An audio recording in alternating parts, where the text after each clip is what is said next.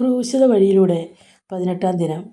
വിശുദ്ധ മത്തായി സുവിശേഷം 7-ാം അധ്യായം 7-ാം തിരുവചനത്തിൽ പറയുന്നു, ചോദിക്കുവിൻ നിങ്ങൾക്ക് ലഭിക്കും, അന്വേഷിക്കുവിൻ നിങ്ങൾ കണ്ടെത്തും, മുട്ടുവിൻ നിങ്ങൾക്ക് തുറന്നു കിട്ടും. തൻ്റെ ജീവിതത്തിൽ കൂടുതൽ സമയവും പിതാവിനോടൊപ്പം പ്രാർത്ഥനയിൽ സമയം ചെലവഴിച്ച ഈശോനാഥൻ. പ്രാർത്ഥനയിലൂടെ പിതാവുമായി സ്നേഹസംവാദത്തിൽ ഏർപ്പെട്ട ഈശോ പ്രാർത്ഥനയുടെ ശക്തിയെക്കുറിച്ച് നമ്മൾക്ക് പറഞ്ഞു തരികയാണ്. ചോദിക്കുവിൻ നിങ്ങൾക്ക് ലഭിക്കും, അന്വേഷിക്കുവിൻ നിങ്ങൾ കണ്ടെത്തും, മുട്ടുവിൻ നിങ്ങൾക്ക് തുറന്നു കിട്ടും. ദൈവസന്നിധിയിൽ നമ്മൾക്ക് എത്രമാത്രം സ്വാതന്ത്ര്യം ഉണ്ട് എന്ന് തെളിയിക്കാനുള്ള ഒരു അവസരം കൂടിയാണ് ഇത്. രണ്ട് സുഹൃത്തുക്കൾക്കിടയിലുള്ള ആത്മബന്ധം പോലെയായിരിക്കണം ദൈവവും മനുഷ്യനും തമ്മിലുള്ള ബന്ധം. എങ്കിൽ മാത്രമേ കളങ്കമില്ലാത്ത മനസ്സോടെ ആത്മാർത്ഥമായി പ്രാർത്ഥിക്കുവാൻ നമുക്ക് സാധിക്കുകയുള്ളൂ.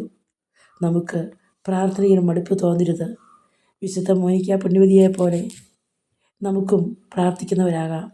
നീണ്ട 17 വർഷക്കാലമാണ് സ്വന്തം മകന് വേണ്ടി ആ പുണ്യവതി പ്രാർത്ഥിച്ചത്. അവസാനം ആ മകൻ മാനസാന്തരപ്പെട്ടപ്പോഴും ആ അമ്മ അറിഞ്ഞിരുന്നില്ല തൻ്റെ കണ്ണുനീരോടെയുള്ള പ്രാർത്ഥന സ്വർഗം 2 വിശുദ്ധരെ പണിയുകയാണ് എന്ന്.